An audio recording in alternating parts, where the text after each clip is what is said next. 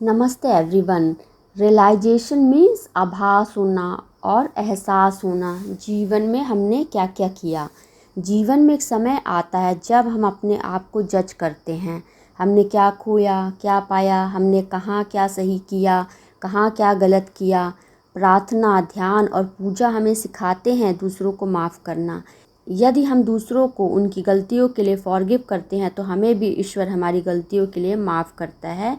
यही healing principal है, क्योंकि हम जितना एक दूसरे के बारे में गलत सोचेंगे, गलत व्यवहार करेंगे, उतना ही कार्मिकली एंटेंगल होते जाएंगे। फिज़िकली हम बीमार पड़ जाएंगे, क्योंकि हमारी हर एक सोच का हमारी हर एक सेल्स पर प्रभाव पड़ता है। हम इतना अपनी लाइफ में बिज़ी रहते हैं कि हमें आध्यात्मिक ज्ञान के लिए समय नहीं मिलता। जब हम डीपली रियलाइजेशन स्टेट में होते हैं तब हमें पता चलता है कि हमारे कर्मों का हमारे जीवन पर कितना असर होता है। अध्यात्म हमें सिखाता है, गीता हमें बताती है कि body and soul are two. Body is the only instrument of the soul. हम होल लाइफ बॉडी कॉन्शियस में रहते हैं। We always try to fulfil our desires, we need this and that. जो इच्छा मुक्त होगा वही हर परिस्थिति में संतुष्ट रह सकता है। जो भगवत शरण हो जाते हैं वे ही इस कोटि के संतोष से संयुक्त होने की पात्रता प्राप्त कर पाते हैं।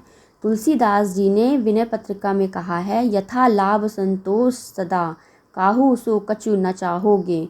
जो कुछ मिल जाएगा उसी में संतोष मानूंगा और किसी से कुछ नहीं चाहूँगा, अर्थात इच्छा मात्र को पास नहीं फटकने दूंगा।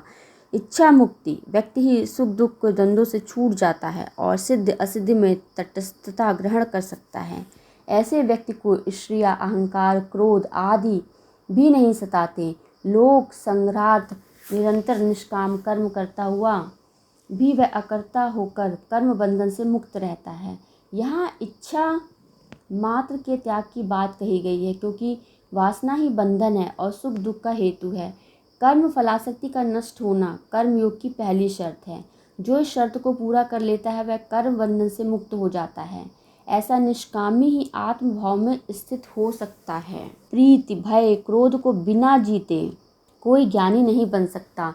जब तक व्यक्ति के मन में विषय की आसक्ति रहेगी वह भय और क्रोध को नहीं जीत पाएगा और उसका मन अस्थिर और क्षुब्ध बना रहेगा। मन की शांति और स्थिरता के बिना कोई व्यक्ति लोक संग्रह के श्रेष्ठ कार्यों में संलग्न ही नहीं हो सकता।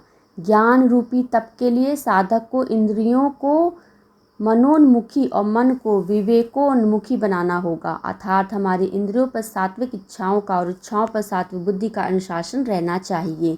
इस साधना के दौरान भक्ति की सहायता लेना अत्यंत लाभदायक सिद्ध होता है। भक्ति से चित्त शुद्ध हो जाता है और सर्वत्र एक ही तत्व है।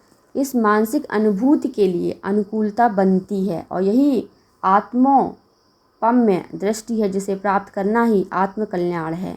ज्ञान जब तक प्रयोग में आता है सजीव और विकासोन्मुख बना रहता है तथा उससे समाज के विकास की दिशा प्रकाशित होती रहती है। जैसे वह व्यवहार से हटा दिया जाता है, प्रभावहीन ही नहीं बन जाता वरन वह स्मृति से भी लुप्त हो जाता है। हमें अपनी कॉन्शियसनेस को बॉडी से सोल की तरफ शिफ्ट करना है। मृत्यु भय सबसे बड़ा भय है, लेकिन इसे भी आत्मा की अमरता के ज्ञान से जीता जा सकता है, जिससे यह अनुभव आ जाता है कि वह आत्मा है, शरीर नहीं, और आत्मा अनादि अनंत और शाश्वत है। जन्म मृत्यु शरीर की होती है, आत्मा की नहीं। वह मृत्यु भय से छूट जाता है। परमात्मा से संयुक्त हो जाने का अर्थ है परमात्मा के गुणों से संयुक्त होना। परमात्मा शाश्वत, अनादि अनंत और आनंद स्वरूप है। उससे जुड़कर हमें भी अपनी अनंतता और परम आनंदमयता की अनुभूति होती रहती है। फिर भला अखंड आनंद को त्याग कर कोई क्षणिक सुख की जागतिक आसक्ति की ओर क्यों आकृष्ट होगा। इसलिए ज्ञानी जगत के प्रति अनासक्त हो जाता है। दूसरी बात है कि प्रिय और अप्रिय, सुख और दुख के प्रति अनुकूल प्रतिकूल भावना रखना, जिससे ये अनुभव आ जाता है कि देह और देह संबंध मिटने वाले हैं तो वह उनके प्रति तटस्थ होने लगता है। साथ ही वह यह भी समझ चुका होता है कि आत्मा परमात्मा ही त्रिकाल सत्य है और मैं स्वयं आत्मा ही हूँ, तो वह आत्मभाव से जुड़ता हुआ निरंतर अभ्यास द्वारा ब्रह्मात्मक बुद्धि रूप हो उठता है। उसे सर्वत्र ब्रह्मदर्शन या आत्मदर्शन होने लगता है। सारी सृष्टि में मैं ही व्याप्त हूँ और संपूर्ण सृष्टि मुझ में है। जब ऐसी अनुभूति होने लगती है तो वह लोक व्यवहार को खेल के रूप में देखता है। अपना कर्तव्य कर्म करते समय उसकी दृष्टि कर्म पर रहती है कि यह मेरा धर्म है इसलिए करना है, ना कि इस कारण कि इससे कोई अनुकूल प्रतिकूल फल मिलने वाला है। जब फल या परिणाम पर दृष्टि ही नहीं है तो जो भी शुभ अशुभ फल या स्थिति आती है उसके प्रति उसमें कोई राग द्वेष नहीं होता। उसके लिए शुभ और अशुभ एक से बने रहते हैं।